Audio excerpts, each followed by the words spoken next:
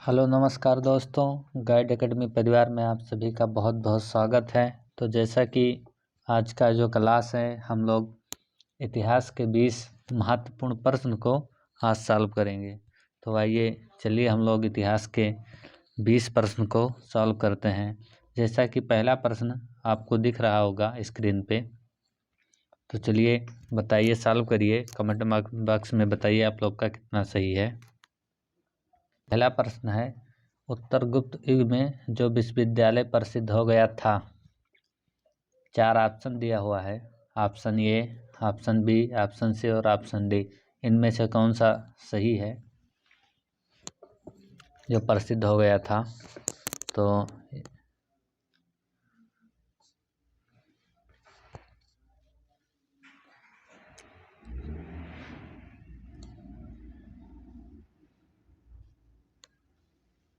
नालंदा सही होगा इसमें।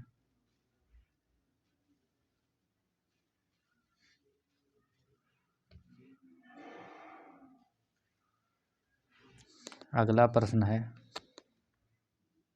प्रश्न नंबर 2 है, भारतीय नेपोलियन की उपाधि किसे दी गई थी? 4 ऑप्शन दिया हुआ है, चंद्रगुप्त मौर्य, समुद्रगुप्त, चंद्रगुप्त प्रथम, हर्षवर्धन। तो कौन है इसमें नेपोलियन?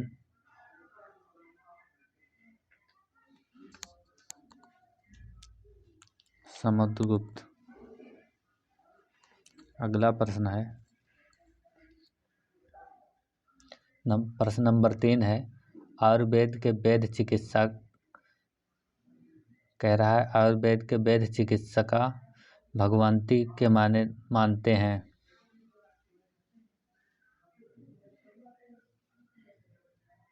आयुर्वेद के वैद्य चिकित्सा का भगवांतिक मानते हैं। तो 4 ऑप्शन है, ए B C D.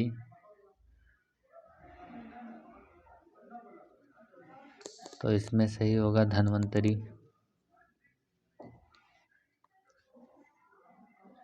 Question number 4 है, पहला ज्ञात गुप्त शासक कौन था? 4 ऑप्शन दिया हुआ है, आप लोग बताइए कौन है? श्रीगुप्त। प्रश्न नंबर 5 है, रोमन साम्राज्य के साथ भारत का व्यापार रोमन पर किसके द्वारा आक्रमण के साथ समाप्त हो गया?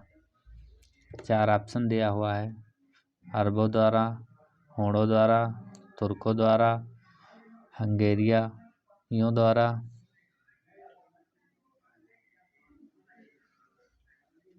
तो कौन सा ऑप्शन सही है?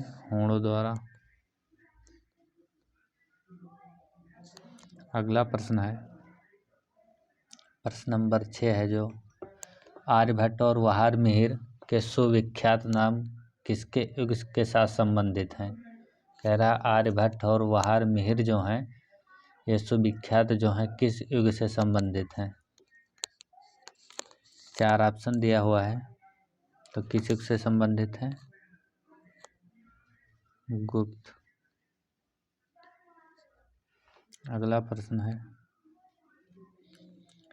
प्रश्न नंबर 7, इलाहाबाद के स्तंभ किसकी उपलब्धियां उत्कीर्ण है?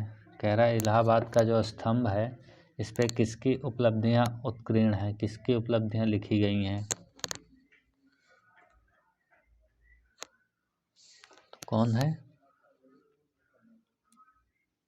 समुद्रगुप्त की।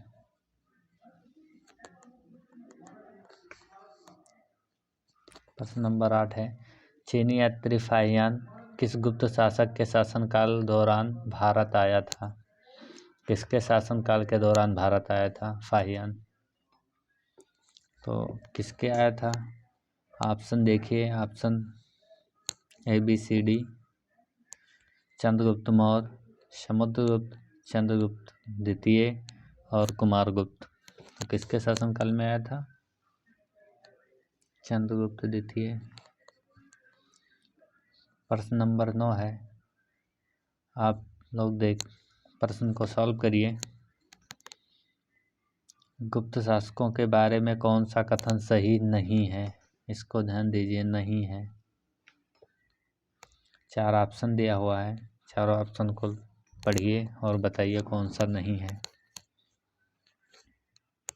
तो इसमें ऑप्शन बी नहीं है।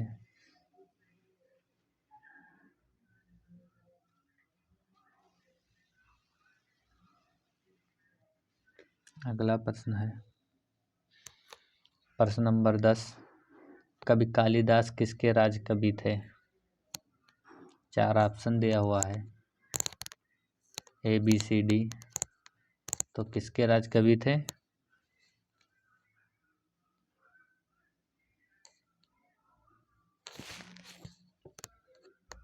चंद्रगुप्त के।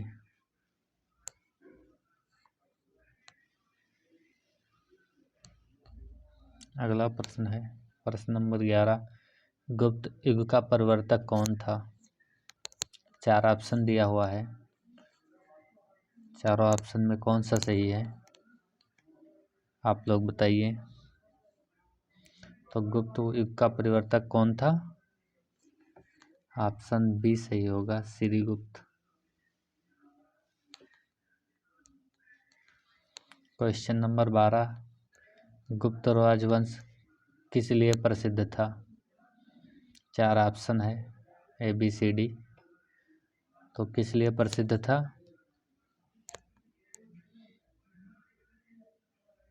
कला और स्थापत्य का। क्वेश्चन नंबर अगला है क्वेश्चन नंबर 13। गुप्त शासकों की सरकारी भाषा थी?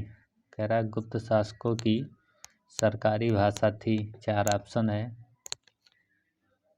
पाली है, प्राकृत है, हिंदी है, संस्कृत है। तो कौन सरकारी भाषा थी? संस्कृत। अगला प्रश्न है प्रश्न नंबर 14।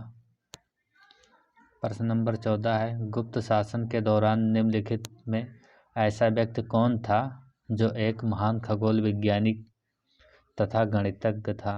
4 ऑप्शन दिया हुआ है, चारों ऑप्शन में कौन था जो एक महान खगोल विज्ञानी तथा गणितज्ञ था?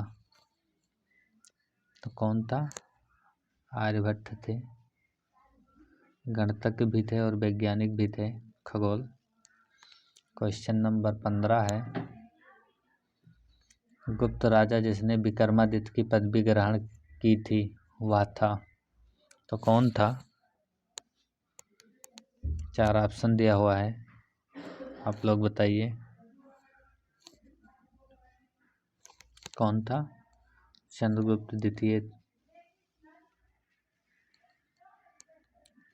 अगला प्रश्न है प्रश्न नंबर 16।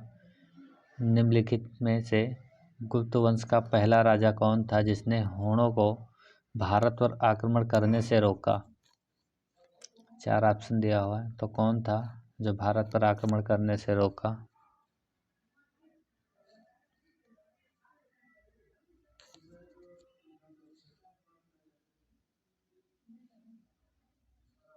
कौन था?